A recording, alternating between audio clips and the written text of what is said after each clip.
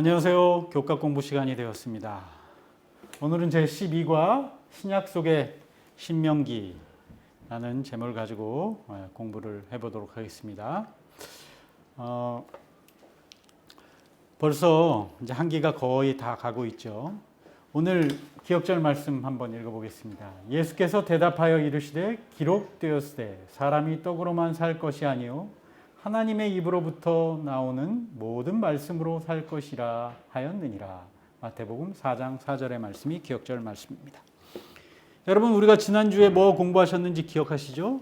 지난주에는 구약 속의 신명기를 공부했습니다.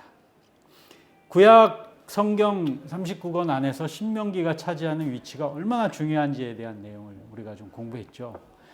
특별히 이 신명기에 가장 감명을 받은 선지자 예레미야 이야기를 했습니다.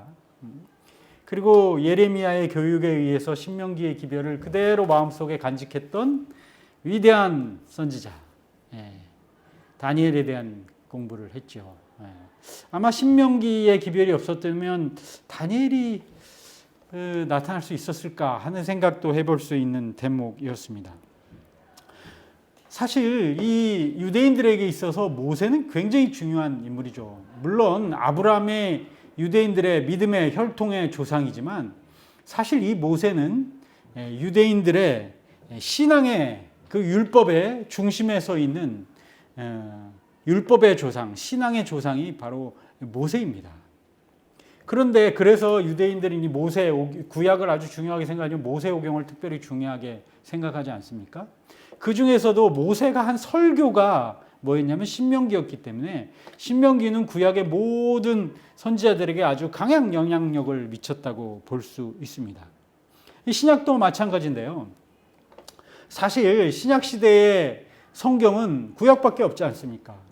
유대인들이 구약을 바라보면서 구약의 가장 정말 핵심이 되는 걸 모세오경이었는데 그 중에 모세 설교에 대해서 신약에 있는 저자들이나 신약 교회에서 중요하게 생각하지 않을 수가 없죠.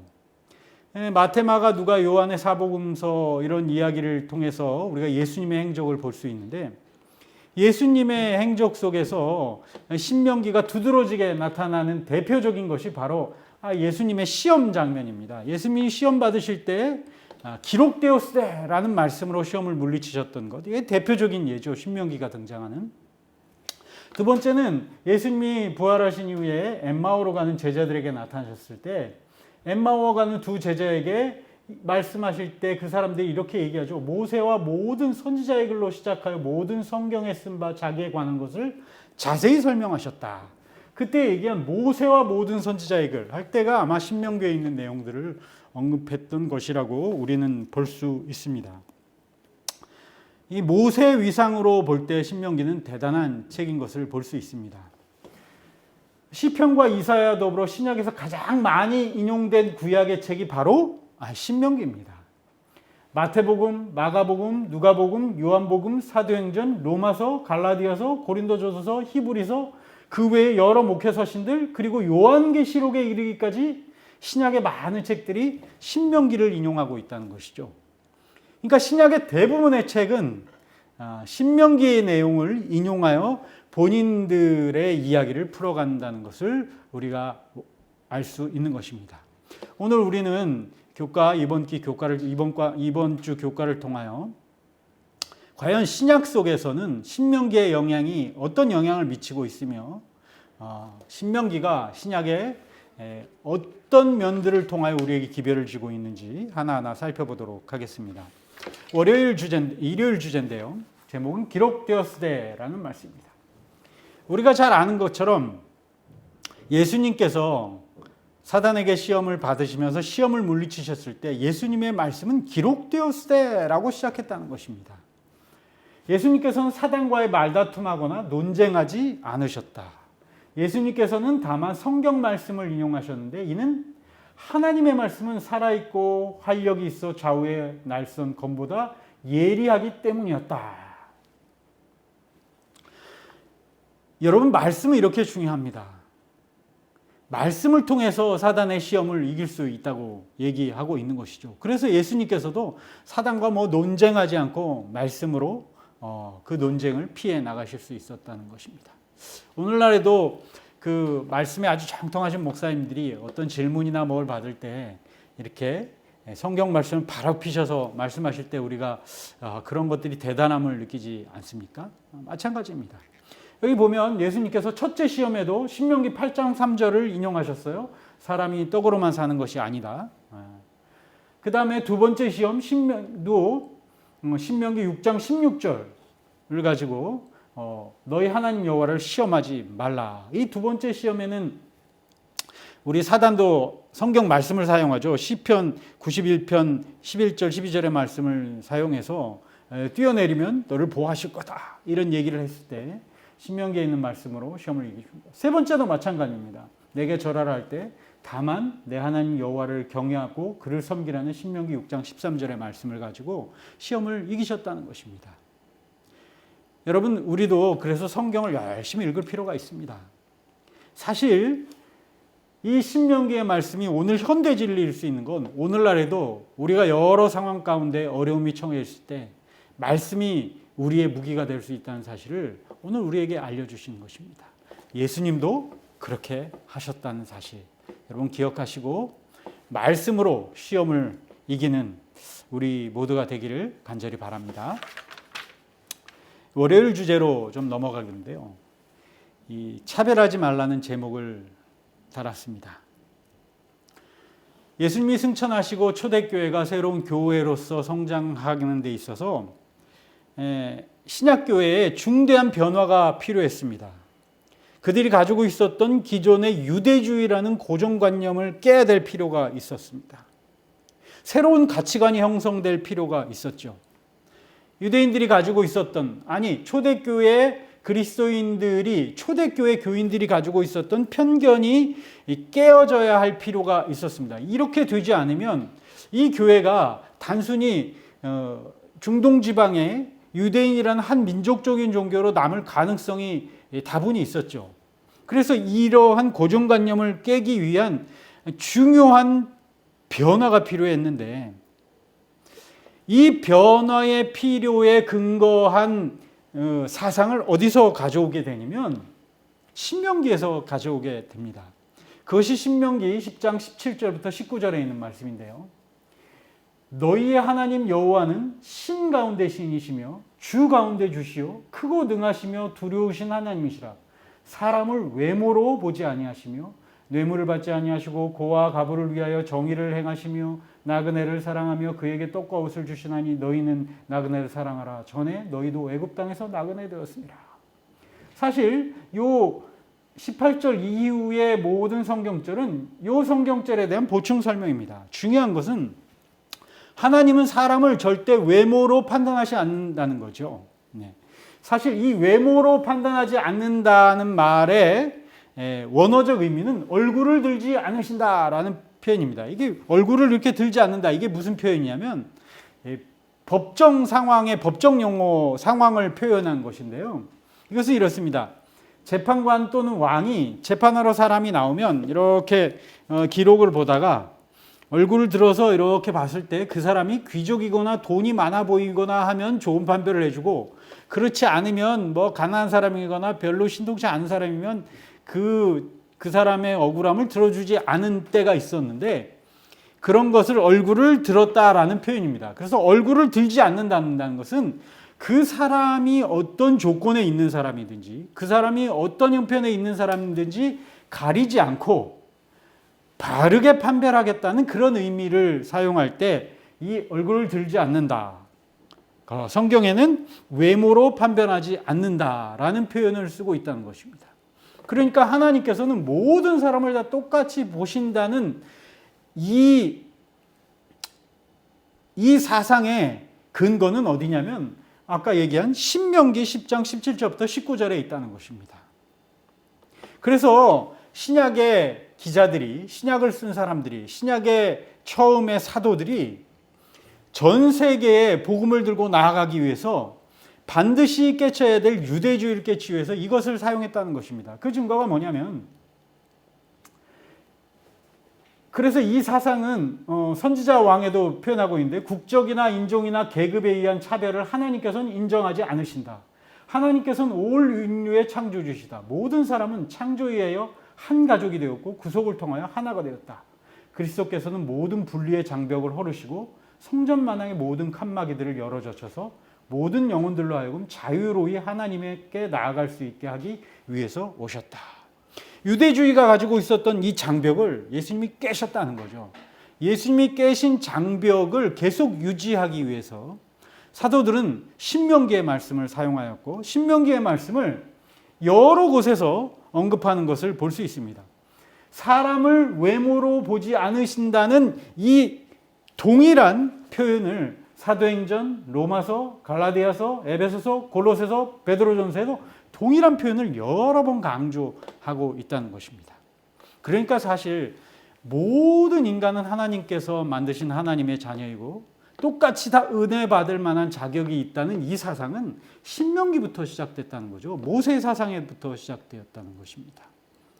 이 사상을 다시 불러일으켜서 초대교회가 세계교회가 될 수 있는 기틀을 마련할 수 있었다는 것. 그래서 이 신명기는 초대교회에서 아주 중요한 기별을 주었다는 사실 우리가 보게 되는 것입니다. 특별히 이 바울이 기독교의 거의 모든 신학의 사상을 바울이 집대성했다고 볼 수 있는데요. 이 바울의 신학적 사상의 근거가 사실은 신명기에 많이 등장하고 있고 신명기에서 인용한 그리고 신명기가 근거가 된 사상들을 바울이 가지고 와서 신약의 기초적인 교리를 세웠다는 것을 우리가 볼 수 있게 되는 것입니다. 사실 이것을 볼 때 오늘날 우리에게도 좀 시사하는 바가 있죠. 우리는 믿지 않는 일반인들을 어떻게 바라보아야 하는가? 저들도 하나님께서 사랑하신 하나님의 자녀라는 사실을 잠깐 우리가 잊어버린 적이 있지 않는가? 그런 생각을 좀 해보게 됩니다. 어쨌든 이 신명기의 모세의 설교는 바울의 신학 사상에 굉장한 영향을 미치게 되었습니다. 이 화요일 소재에 가면 나무 위에 저주받음이라는 제목으로 등장하는데요. 바울은 기독교의 정말 중요한 사람이었습니다. 근데 바울이 세운 기독교 교리 중에 가장 큰 기독교의 교리의 큰 기둥이 뭐냐면 믿음으로 말미암는 의와 십자가입니다. 바울이 특별히 갈라디아서에서 이 믿음으로 말미암는 의와 예수 그리스도의 십자가와 믿음으로 말미암는 의에 대해서 아주 강력히 호소하고 있고 그것을 잘 설명하고 있는데요. 바울이 이 믿음으로 말미암는 의와 십자가를 설명하면서 바울이 신명기에 있는 두 말씀을 근거로 해서 그것을 설명을 합니다. 그것이 뭐냐면 신명기 27장 26절하고 신명기 21장 22절 23절입니다. 내용이 이렇습니다. 신명기 27장 26절에 이 율법의 말씀을 실행하지 않은 자는 저주를 받을 할 것이요 모든 백성은 아멘할지어다. 신명기 21장에는 사람이 만일 죽을 죄를 범함으로 내가 그를 죽여 나무 위에 달거든 그 시체를 나무 위에 밤새도록 두지 말고 그날에 장사하여 내 하나님 여호와께서 내 기업으로 주시는 땅을 더럽히지 말라. 나무에 달린 자는 하나님께 저주를 받았음이라. 이 두 성경절을 가지고 설명하는데 내용이 이렇습니다. 율법을 범한 자는 저주를 받아 반드시 죽을 수밖에 없다라는 예언을 합니다. 그렇기 때문에 율법으로는 우리가 결코 의로워질 수 없다는 사실을 바울은 얘기합니다. 로마서도 얘기했죠. 의인은 없나니 하나도 없으며 우리가 온전히 율법을 지킬 수 없다. 우리는 다 죄인이다. 그렇기 때문에 율법으로서는 우리를 저주를 받아 다 죽을 수밖에 없는 존재들이다 라는 걸 설명하기 위해서 바울은 이 성경절을 사용합니다. 그러나 그 이후에 우리가 그렇게 죽을 수밖에 없는 사람이었지만 우리의 그 죄를 예수님께서 담당하셔서 예수님께서 나무에 달리셔서 그 저주를 대신 받음으로 그 구속으로 말미암아 우리가 구원을 얻었다. 이것을 믿음으로 우리는 의로워질 수 있다라는 이 믿음으로 말미암는 의와 십자가에 대한 교리를 설파합니다. 그러면서 근거로 든 두 성경절을 사용합니다. 물론 갈라디아에서 그래서 바울은 이렇게 얘기합니다. 또 하나님 앞에서 아무도 율법으로 말미암아 의롭게 되지 못할 것이 분명하니 이는 의인은 믿음으로 말미암아 살리라. 율법은 믿음에서 난 것이 아니요 율법을 행하는 자는 그가 되 살리라 하였느니라. 물론 이 갈라디아서 3장의 말씀이 약간 오해의 소지도 있어서 오늘날 많은 기독교에서 율법은 폐지되었다고 얘기를 하기도 합니다. 왜냐하면 율법으로는 우리가 의롭게 되지 못하고 율법은 우리를 죽일 뿐이다. 이제는 믿음으로만이 우리가 의를 얻을 수 있다라는 이 내용을 너무 강조하다 보니까 율법은 다 폐해됐다. 안식일도 폐해졌고 뭐 다 필요 없다. 십계명도 그렇고 뭐 다 필요 없다라는 사상이 여기서 근거되기도 했어요. 그러나 이건 오해의 소지가 많죠. 바울은 그것을 얘기한 것이 아닙니다. 바울이 얘기한 것은 율법에 대한 순종이 아니라 구원에 있어서 율법의 행위를 의지하는 것과 관련된 율법의 행위를 의지한다는 것이 아주 불가능한 일은 아니지만 우리같이 타락한 인간에게는 매우 힘든 일이라는 사실을 얘기하고자 한 것이고, 바울은 우리가 율법의 행위를 통해 구원을 받는 것이 아니라 우리를 위해 그리스도께서 죽으셨다는 사실을 믿는 믿음을 통해 구원 얻는 것이라는 것을 강조한 것이라는 것입니다. 그러니까 바울의 강조는 율법을 행함으로 의로워질 수는 없다. 그러나 율법이 필요 없는 것이 아니다. 왜? 율법이 없다면 죄인이 없어지고 죄인이 없어지면 예수 그리스도의 십자가 필요 없어지기 때문에 그 얘기를 이야기하면서 우리가 율법을 통해서 죄인임을 느낀다면 우리는 우리 죄 대신 나무에 달리신 예수 그리스도를 믿는 믿음으로 인하여 구원을 얻는 것이다 라는 사실을, 그런 가장 중요한 기독교의 기별, 믿음으로 말미암는 의와 십자가에 대한 기별을 설명함에 있어서 바울은 신명기의 말씀을 사용하고 있습니다. 물론 바울뿐만이 아닙니다. 모세는 두 번에 거쳐서 신명기 18장 15절과 18절에 나와 같은 선지자가 일어날 것이라고 약속을 하고 있는데요. 베드로와 스데반이 청중들 앞에서 예수님에 대한 이야기를 하기 전에 구약에 있는 이야기를 쭉 하면서 예수님 설명 부분에서 이것을 언급합니다. 신명기에 모세와 같은 선지자가 일어나리라고 했는데 그것이 바로 예수님이다라는 얘기를 합니다. 그러면서 거룩한 선지자들의 입을 통해 하신 것을 이루신 분이 바로 예수님이다. 사실 유대인들에게 있어서 이 모세의 표현, 모세가 언급한 것, 모세의 글은 진리입니다. 그것은 뭐 범접할 수 없는 영역이죠. 그것을 너무 잘 알고 있던 베드로와 스데반은 모세가 신명기에 말씀했던 나와 같은 선지자가 날 것이다 라고 하는 그 예언의 성취가 바로 예수님이었다는 사실을 얘기해주고 있는 것입니다. 예수님이 구약의 신명기에서 예언한 선지자라는 것이죠. 그러므로 그래서 신약에서는 이렇게 신명기의 말씀을 통해서 이 구약의 사도들이 본인들의 주장을 뒷받침하는 모습들을 오늘 볼 수 있습니다. 마지막으로 목요일 소지 제목이 아주 두렵죠. 두려운 일. 무엇이 두려운 일일까요?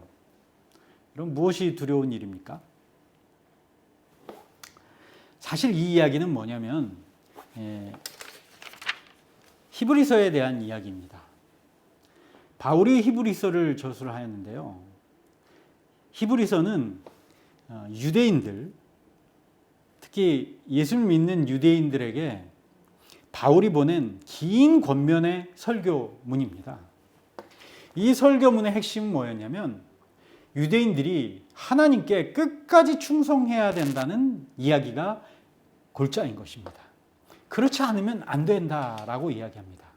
근데 유대인들에게 우리가 예수님께 끝까지 충성해야 된다라는 것을 이야기하면서 끝까지 충성하지 않으면 안 된다. 끝까지 충성하지 않으면 우리가 정말 두려운 결과를 얻게 될 것이라는 사실을 이야기하고자 그 근거로 든 말씀이 뭐냐면 신명기 17장 6절입니다. 그것은 이것입니다. 죽일 자를 두 사람이나 세 사람의 증언으로 죽일 것이요 한 사람이 증언으로는 죽지 말 것이다 라는 말씀입니다. 이것이 뭐냐면 모세가 신명기의 설교를 하면서 너희 중에 율법을 범한 자들이 있다면 한 사람만의 증인으로는 안 되고 두세 사람이 증인이 섰을 때 율법이 범한 것이 분명하면 그를 죽여라 라는 것입니다. 율법을 범하는 일은 그렇게 중대한 일이다. 정말 중대한 일이라는 얘기를 합니다. 근데 이 성경절을 들어 바울은 뭐라고 얘기하냐면 히브리서 10장 28절에 모세의 법을 폐한 자도, 그러니까 여기 이렇게 모세가 얘기한 율법을 안 지킨 자도 두세 증인으로 말미암아 불쌍히 여김을 받지 못하고 죽거든. 하물며 하나님의 아들을 짓밟고 자기를 거룩하게 한 언약의 피를 부정한 것으로 여기고 은혜의 성령을 욕되게 하는 자가 당연히 받을 형벌은 얼마나 더 무겁고 크겠느냐. 너희는 생각해봐라. 모세의 율법을 범해도 죽이는데 이 모세의 율법의 근원 되시는 하나님의 아들인 예수님을 부정할 때 너희가 어떤 형벌을 당할 것인지 한번 생각해봐라. 이런 말 것입니다. 유대인들에게 바울이 분명히 경고하고 있는 것이죠. 그렇게 되면 당연히 어떤 벌을 받겠느냐. 그러면서 이야기합니다. 신명기 32장 35절 인정하면서 보수는 내 것이다. 잘못한 것에 대해서 벌을 내리고 그것에 대해서 심판을 내리는 것은 하나님이 하실 일이다라는 표현, 신명기에 있는 표현을 바울이 그대로 가져와서 설명합니다. 히브리서 10장 30절에 원수 갚는 것은 내게 있으니 라고 똑같이 그것을 인용해서 얘기합니다. 이것은 뭐냐면 만약에 우리가 예수 그리스도를 개인의 구주로 받아들이지 않고, 아니 유대인들에게 얘기죠. 그를 메시아로 받아들여서 하나님의 아들로서 끝까지 충성하지 아니하면 결국 우리는 심판을 받게 될 것이라 라는 사실을 바울이 얘기하면서 그 근거로 신명기를 들고 있다는 것이죠. 오늘 우리는 이런 것들 몇 가지를 살펴볼 때 이 몇천 년 전에 얘기했던 신명기의 기별이 오늘날 우리에게도 정말 유효한 기별이라는 것을 생각하게 됩니다. 오늘날 기독교의 핵심 교리는 뭡니까? 믿음으로 말미암는 의죠. 이것도 근거가 어디입니까? 신명기입니다. 그래서 오늘 결론적으로 우리가 살펴볼 때 신명기는 시편, 이사야 더불어 신약에서 가장 많이 인용된 구약의 책입니다. 예수님께서 이 땅에 가르치실 때, 설교하실 때 신명기 말씀을 많이 사용하셨고요. 사도들도 그렇게 했다는 것입니다. 이런 의미에서 구약과 신약은 상호 보완적인 관계가 있죠. 아니요, 사실은 보완적이라기보다는 신약은 구약을 추종하고 있죠. 특별히 모세의 글들을 추종하고 있습니다. 왜? 모세는 하나님과 직접 대면에 만난 분이고, 그리고 모세는 모세의 그 설교, 신명기의 기별이 오늘날에도 여전히 유효하고 신약시대에 그랬던 것처럼 하기 때문에 그렇다는 것입니다. 그래서 우리가 이 말씀을 연구할 때 오늘날 우리가 어떻게 살아야 될지를 잘 볼 수 있다는 것입니다. 지난 교과와 오늘 교과를 통해서 신명기가 구약에서 또 신약에서 어떤 위치를 가지고 있으며 그 기별들이 우리들에게 어떤 영향을 미쳤는지를 공부했습니다. 사실 보면 모세는 대단한 인물이죠. 구약의 신명기를 통해서 구약의 많은 선지자들이 그것을 통해서 신앙의 부흥을 일으켰고요. 위대한 인물들이 그 말씀을 통해서 나왔고, 신약에서도 마찬가지입니다. 예수님 비롯하여 사도들이, 특별히 오늘날 기독교의 근간을 이루고 있는 중요한 교리들은 신명기서에 있는 내용들이 그 바탕이 되고 기초가 되어서 우리에게 전해진 사실이라는 것입니다. 이런 것을 볼 때 신명기는 매우 귀중한 말씀이라는 것을 오늘 다시 한번 느끼게 되었습니다. 오늘날 살아가는 우리들이 또 다시 한번 신명기를 연구해 보면서 그 속에 담긴 기별을 통해서 우리 새롭게 부흥하는 역사가 일어나기를 간절히 바라면서 오늘 교과 공부 마치겠습니다. 감사합니다.